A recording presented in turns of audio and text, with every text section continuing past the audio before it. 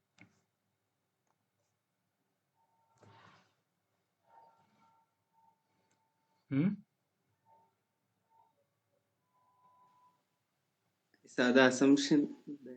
Uh, I saw the pictures. Oh, you saw a picture of Kailash temple. Yeah. So what you saw in that picture?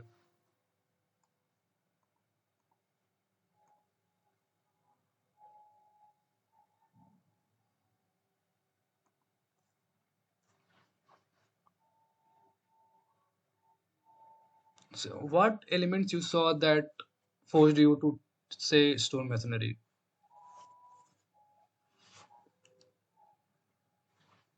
And who told monolithic? Me. Saluru. Yes, sir. Why you think it is monolithic? What you saw in that?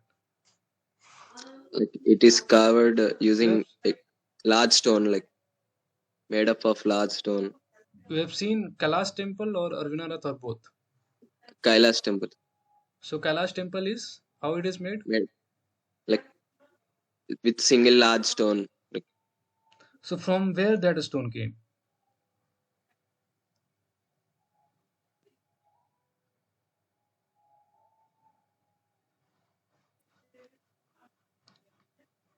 caves or something, mountain. So Yes. someone brought that stone from cave and put it there, like that. No, no, Then no.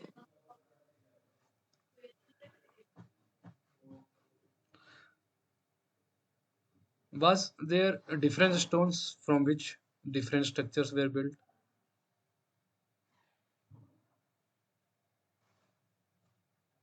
Or was it a single one? So it's a part of Ellora Caves where you have multiple cave temples and monasteries. Yeah, Kailash temple is a part of that only. But Yes. how Kailash temple was built?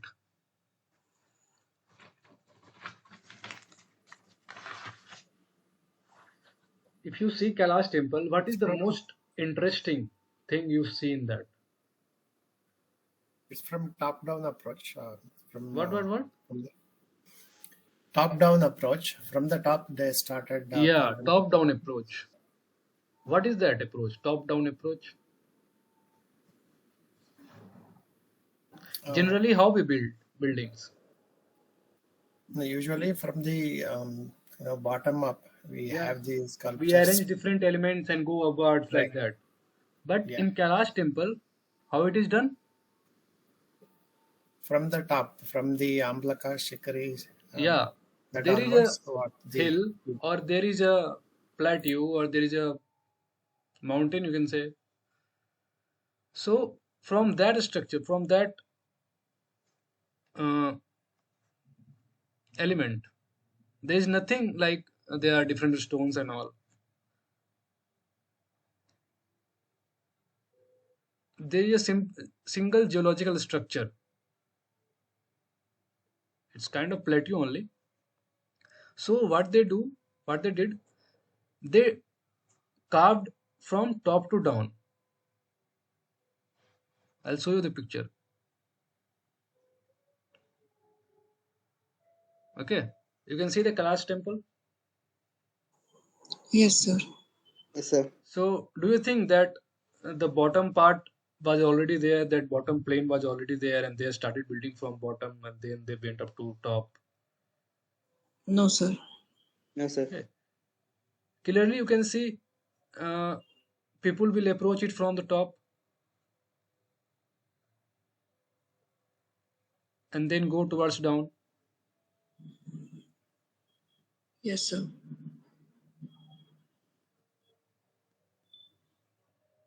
So, what is this type? Now you can answer.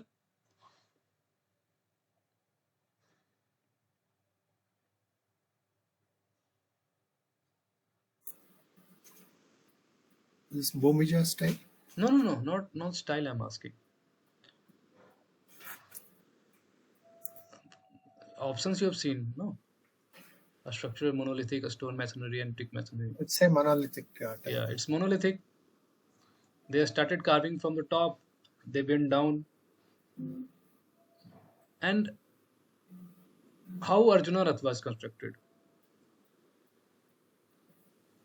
Kailasa, you are right, it's top-down approach.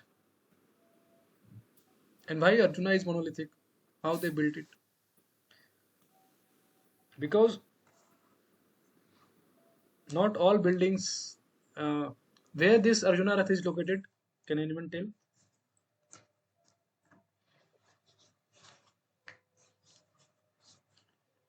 Sir, it's in Mahabalipuram. Yeah, that's a complex.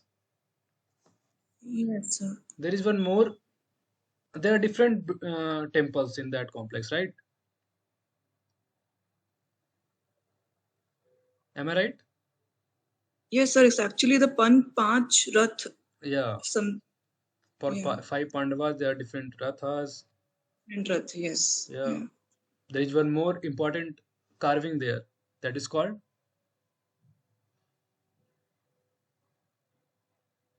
where there is an elephant and there are different structures on the top of the elephant, and there are pillars.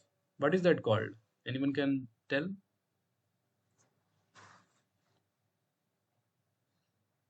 Like it's carved only. It's like a relief.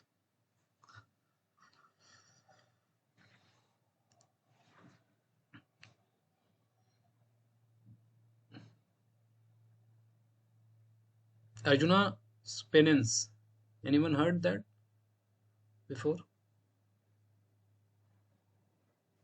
No, sir. It will be. I will show you in next assignment. There's a question regarding that. Yeah. So how Arjuna's Rath was built? Like it's also monolithic. Obviously, now you all know. So it's also made from a single stone. So actually, at Mahabalipuram, there were different boulders. Okay. So what they did, they made different temples out of different boulders. What is boulder? You know, no? Boulder is a stone only, a big stone, large stone. So out of those boulders, they created this temple. There is one more important temple there, which is not monolithic. Can anyone tell? At Mahabalipuram site.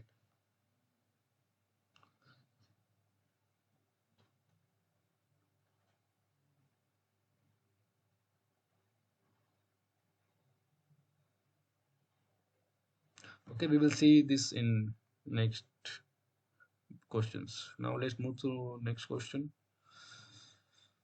The earliest excavator, I have highlighted the answer already. Okay. Okay, no problem. Earliest excavated cave architecture in India dates to. Okay, now you know the answer, right? So can anyone tell what this structure is? What is this? Kutina style. Huh? Kutina style architecture on the right side. Kutina style. Sorry, that's not the Kutina style. What is Kutina? Kutina is a broad term for South Indian architecture. Dravidian. This is something else. Very different. Please, anyone tell what is this?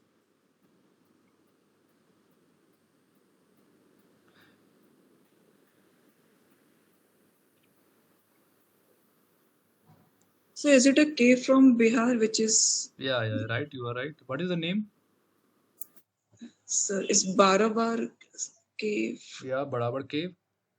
Barabar Cave. There is one famous name for this. On a rishi.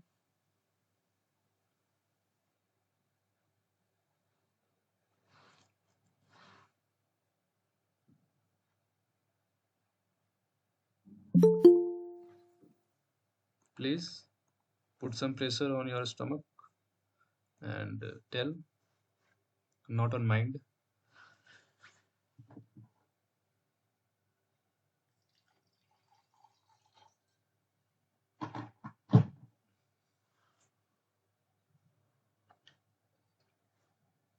Lomas Rishi Cave. Yeah, Lomas Rishi Cave.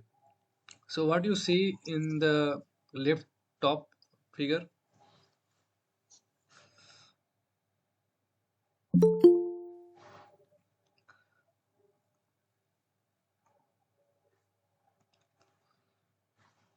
What you are seeing?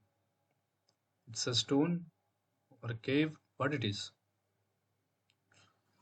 So it's a big stone on the Yeah, it's a left corner side. It's a stone, yeah, big it's a part of stone. that cave only, and they are different engraving in that you can see. Yes, sir. What are these engravings? These are, I think, different deities, no? Yes, sir. And in the left bottom, you can see what is that? So it's the internal view of that particular cave, Okay, more like a assembly hall. okay. And when you towards, move forward in that cave, that hall, there is a gate you can see. Yes, sir. And what is that gate for? So that gate 4 is for the, like it's a group of people who are or the the master or the main head of that particular group is supposed to be is allocated to that particular person who's the on the highest place in that Yeah, group. that can be. We never know, but you only told few minutes before. There are two different forms of architecture, which So yeah, it's a vihara in Chaitya. so this is a part of Vihara. what? So maybe it's a part of vihara because vihara has such cells which where you can sit and have your meditation and Actually, it looks like Chaitya because inside also you can see that gate and that hut-shaped structure. It's a stupa structure. okay, So when there is a stupa inside a assembly, that is Chaitya. okay, okay. And the exterior of that gate, you can see Yes, sir. it's for Chaitya's exterior, Chaitya's entrance only. Okay. Okay. Yes. So this Lomas Rishi cave is the earliest excavated cave architecture in India. So let's move to the next question. So that's very easy. You all know the two main types of temple superstructures are.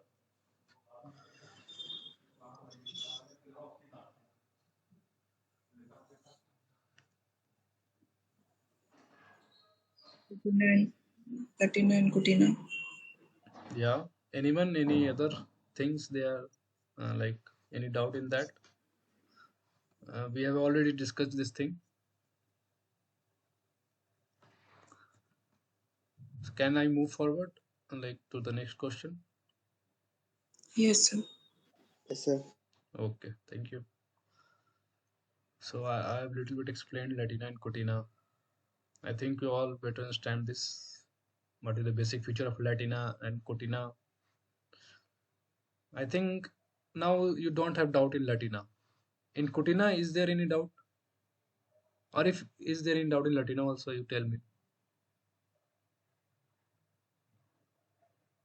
In differentiating Latina and Cortina, is there any problem?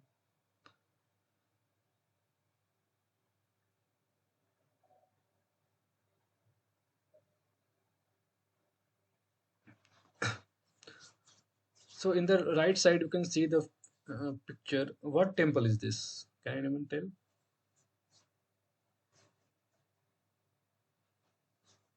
It's a show temple, I guess. Yeah, Show temple. So is this monolithic? Because Arjuna's Rath was monolithic.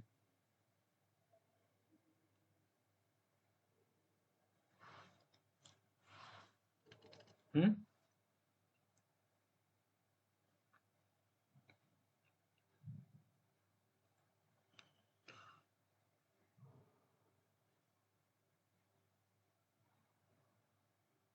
From figure, can you tell was it monolithic or not?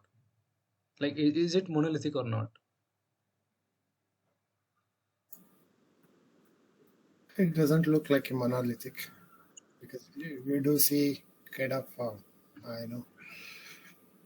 What? what do you call separations from ground to next level. Where you are looking, seeing separation? See, first the temple, and then on the upper side there is a one stair like a thing, and then again the same pattern will continue till the top, till Amlaka or Shikhar.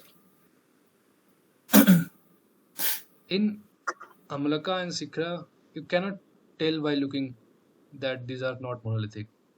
The most basic thing which you can see are the columns of the front entrance. Two columns in the front. Can you see the columns? Two columns. Yeah, right. You can see different stones. Yeah, stacked together. Yeah, these are stacked together. So this is the most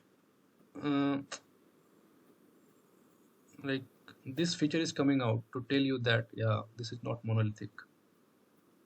And yeah, actually these slabs in the Kutina forms, which you can see horizontal slabs, these are also not from a single stone. They are also stacked one above other. So let's move to the next question. Sir, one question here. Is the Kutina style is only related to South Indian style, or it's also there in the North? No, not related to South Indian mostly. But when you go to North India, Kutina is not like in so pure form like South India. Kutina is mixed with Latina. That is termed as Besra. Okay. Got it. Somewhere you can find the representation of Dravidian architecture, like pure representation of that architecture in North India, but that is also termed as Kutina only. Nowadays also people are building that style of temples in North India. Okay. But the deities are for those deities only, which in for which in South India they build Kutina temples. Okay, it is just it is just a representation. I'm from Karnataka. Yeah. So the Hoysala architecture here, or even Kalyana Chalukya, or even go further down Tamil Nadu side, we see Chola architecture. Yeah. So it's most likely it's all Kutina style only. Yeah, that's like that only, because that is about prominence. Correct. Okay.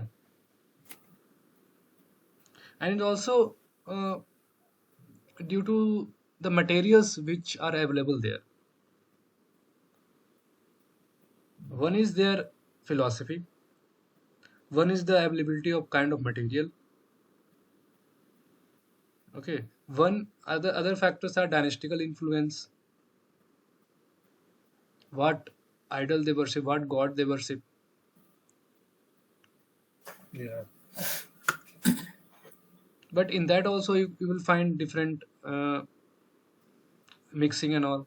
Like for there are Vishnu temples in South India also. Shiva temple is you can find throughout India with different styles. In North India, states of UP and all, you will see different styles of Shiva temples. When you go towards Himachal or Uttarakhand, you will find totally different kind of architecture for Shiva temples. When you go further down in MP and Maharashtra, or in West Gujarat and Maharashtra and Rajasthan, you will see different styles for Shiva temples. In South India, it's totally different. So there are different factors which affect the style of a temple.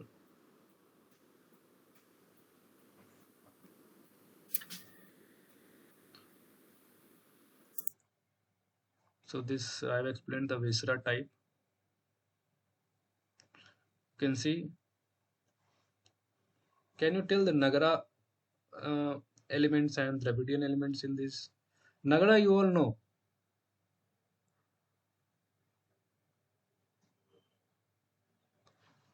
Nagara, you all understand or not?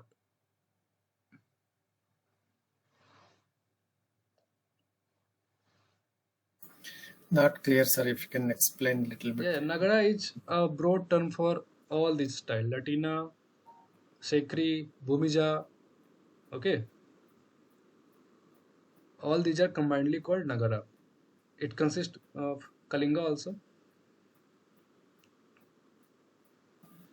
And Okay. Dravidian here refers to Kutina style. Understood? Yeah. So can you tell the element here, which is Nagara element and which is Dravidian element?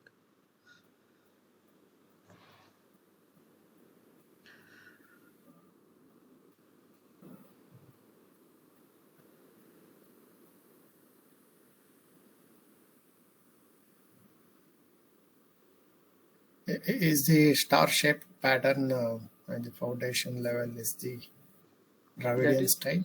That is? A Dravidian style? No, star shaped is not Dravidian style.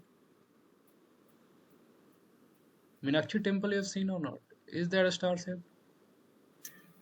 No, it's not star. So all those temples in Mahabalipuram, those are not star shaped. Yeah, correct. But most of the Hoysala architectures are star-shaped. Yeah, that's why they are like more Vesra kind. Yeah, mixture of different. Yeah, mixture of Nagara and Dravidian. So what is the Nagara element in that? You can tell.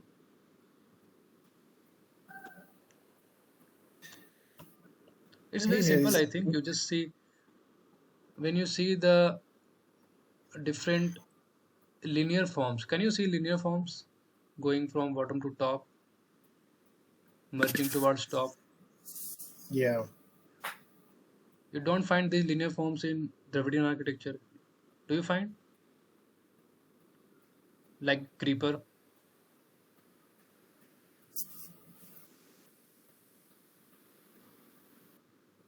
In Kutina style, they are horizontal slabs. Yeah, right. And those slabs are like mainly rectangular or square in shape. Or you can say that you won't find creepers simply. Right. Yeah. Okay, these creepers kind of thing.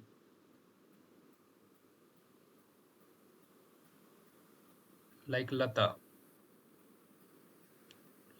So this is the Nagara element. And what is the Dravidian element?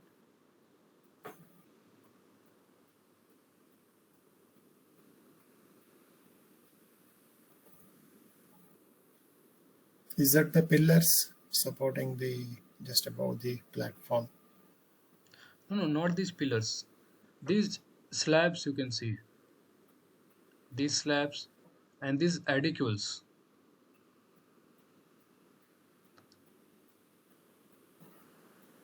When you look closely, these adicules represent Kutina style.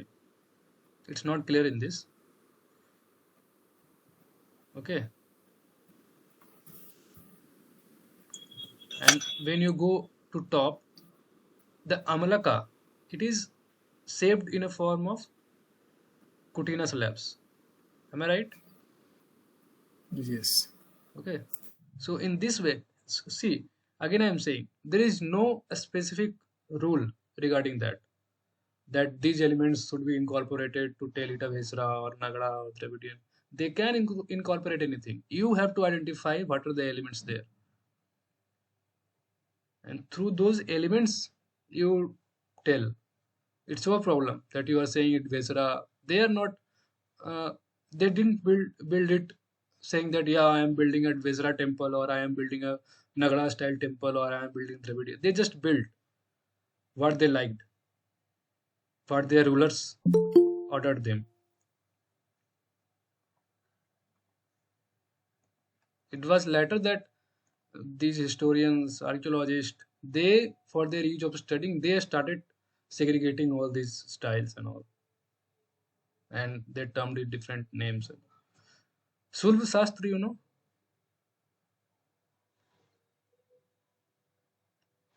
there are different texts in Hindu, not Hindu, you can say. Indian civilization have different texts like Sulva Shastra, like Vastu Shastra, which prescribe different formulas and all. But Sulva Shastra is mainly for sacrificial altars, which we will later discuss. You all have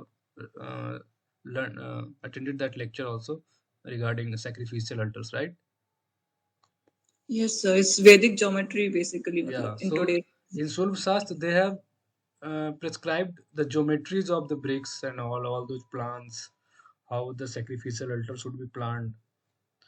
And from Sulva Shastra only this Vedic mathematics came, because in Vedic mathematics also you deal with geometrical shapes only, and they have a thinking that when you build temples based on geometrical proportions, and when those proportions are right, then only you can get yourself aligned with the godly figure or with the supreme power. Okay, so I have to do it little fast. Okay, now what are Bhadra Vyas and Karna Vyas? You can see the options. Can anybody tell the answer?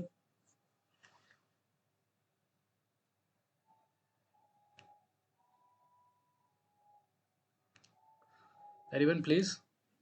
Sir, is this one?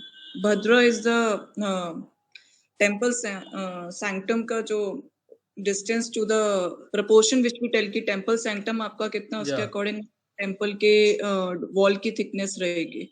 So Yeah. these are the two systems which define that. Yeah. So what is the correct answer? This one. Okay, right. Systems governing measurement and proportion of the temple sanctum. So what is the difference between Bhadra Vyas and Karna Vyas? So in the Bhadra Vyas, the length, the measurement is taken from edge to edge, not from the corner. Whereas in the Karna Vyas, it's taken from the sanctum ka corner to the outer wall ka corner. That measurement is taken. That's on that basis you make the bahar ka projections and those wall thickness. That is it. That is right. And there's also one difference that Karna Vyas based measurement based temples are more elaborate in terms of plan, large in terms of comparatively in the terms of sir plan के proportion में उनका size बड़ा होता है as compared to Bhadra Vyas. Okay, so basic difference. What about the sanctum of Bhadra Vyas and Karna Vyas? When projections came out, yes, sir. What happens to the sanctum? Sanctum is smaller in Karna Vyas and is larger in Bhadra Vyas. Yeah, so in Bhadra Vyas they keep the proportion intact, but in Karna Vyas they don't think about the proportion of sanctum. Yes, see, you can see this figure. You all have seen this in the lecture. Yeah. Yes, sir. Okay, so in Bhadra Vyas, this is the Bhadra Vyas. Okay, in that Bhadra Vyas, to keep the proportion intact, they make projection inward.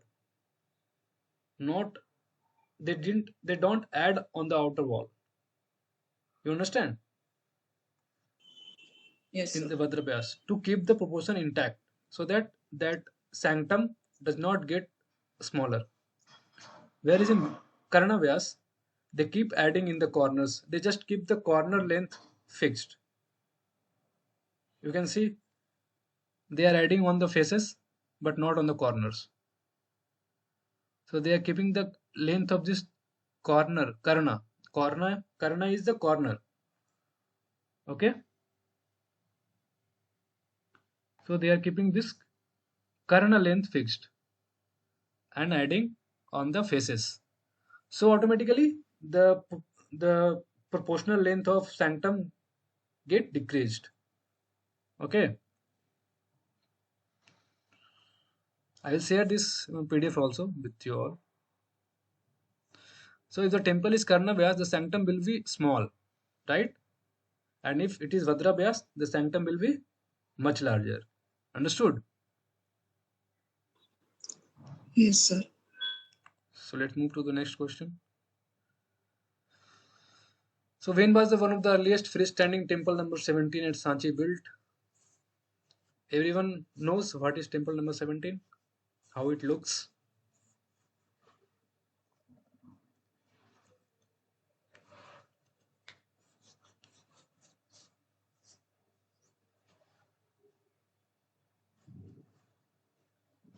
Anyone please, quick.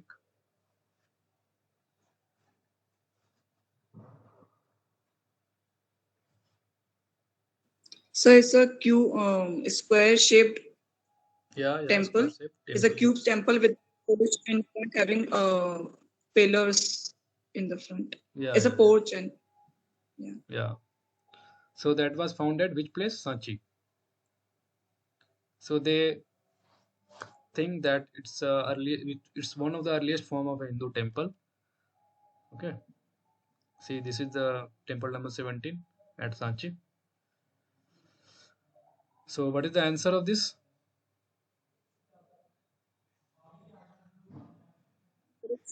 third number, 5th century BCE. No, maybe.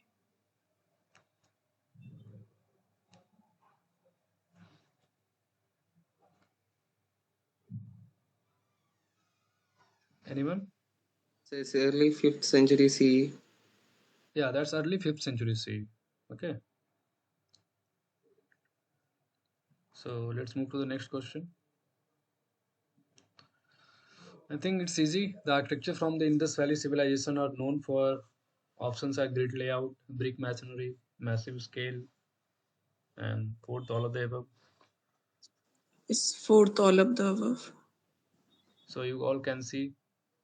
Everyone knows. Everyone has seen the Indus Valley civilization, Harappan civilization architecture. Layout. Yeah, grid layout you can see in this picture. This is the grid layout you can see in the rightmost bottom. Brick masonry you can see in this picture, left bottom. Massive scale you can see in the top left and top right also. Okay, what is this in top left? What is this thing? Steps going down. Anyone please?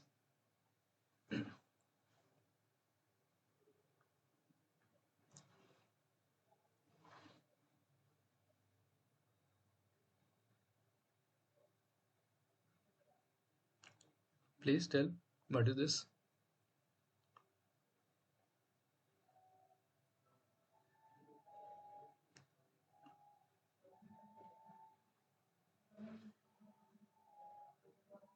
So is it a public bathing area?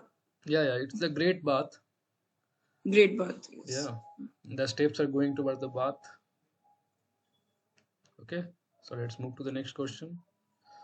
Buddhist architecture before 400 BCE comprised of what? Stupas, statues of Buddha, both of the above, or none of the above?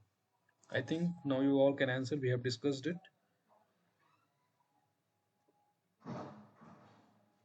The earliest form of Buddhist architecture, earliest presentation, we have discussed before.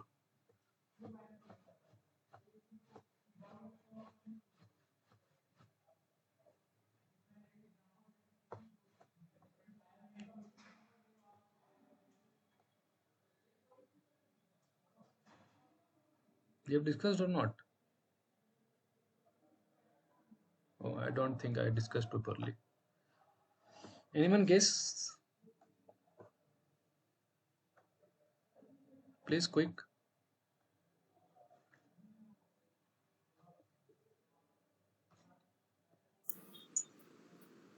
Should I? Huh? Stupa only. No. Both of the above. Third. No. Actually, it was none of the above. People said there was viharas and chaityas There on were chaityas, biharas, there were pillars also, inscription on the pillars. There is symbolic representation of Buddha using chakras. Yes. And you have heard this representation of Nagas and all in the lecture, Yes. sir, as Yes, sir. Yes, sir. so those were the earliest form. The That yakshas, yakshis, and nagas. Yeah, in that way also. Okay, so let's move to the last question. So this I already discussed. Test prescribing rules for constructing altars are Sulba Sutras. Sulva Sutras. Okay, so this is the Sulva Sutra. You can see these are different terms. I don't understand what are these terms, but I can see for bricks and different altar shape. In the number 9, you can see this is the basic altar shape.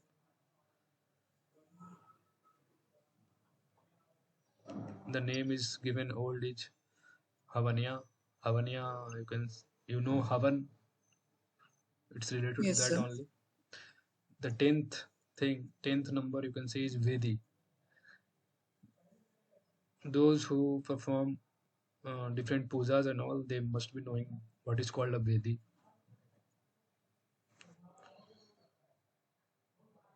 Okay, so this is the Sulva Sutra.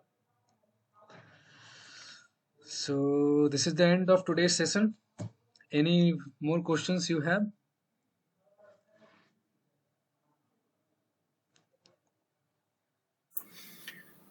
Sir, which is the where we can download the PDF? Can you ping here? That website. Adam. Yeah. This is the website. You can search for that. I'm just giving you Week to what? This is my email ID. You just send me a mail to this ID. I will share with you. Okay. Okay. Sir, will there be another session for the week 2 section? Yeah, in the next session, I will discuss the visual assignment of the last year. Okay. Okay. That won't take Week much. where Delhi is Sultanate and that section is there. Yeah, Week that 2 section is. So Okay, first, okay, sir. first half an hour I will discuss that visual assignment. It will not take much time. You Okay, already sir. have gone through these concepts today, no? So it will be very easy. So, or it will take 15-20 minutes only. So after 15-20 minutes, we will discuss on the Sultanate and Mughal architecture. Okay, sir. Okay. So there is one more doubt regard that show temple question which you have shown Yeah. earlier temple. So the question was that is it a monolithic structure? But as per the other articles which are there about show temple, Yeah. it is saying, they are saying that it's a mix of rock cut architecture and freestanding thing. Yeah. And When there is a mix, it's not monolithic. What is Okay. monolithic? When you carve from a single stone. Yeah. So they're Completely. saying that a portion of it is carved out of a single Yeah. stone. That also I mentioned. No, from the pillars you can see they were stacked one above the other, different parts, and on those, when you go top, those kutina elements, they can be carved out of a single stone. Okay, sir. Okay. So it can be mixed. Even a little mix is there. It cannot be termed as monolithic. Monolithic. Okay, sir. Okay, sir. Okay. Any other doubt? Anyone?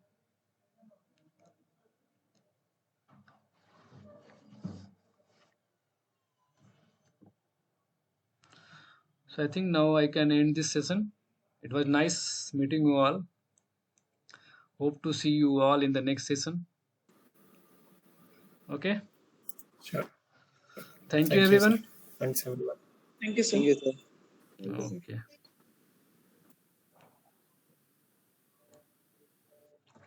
Bye.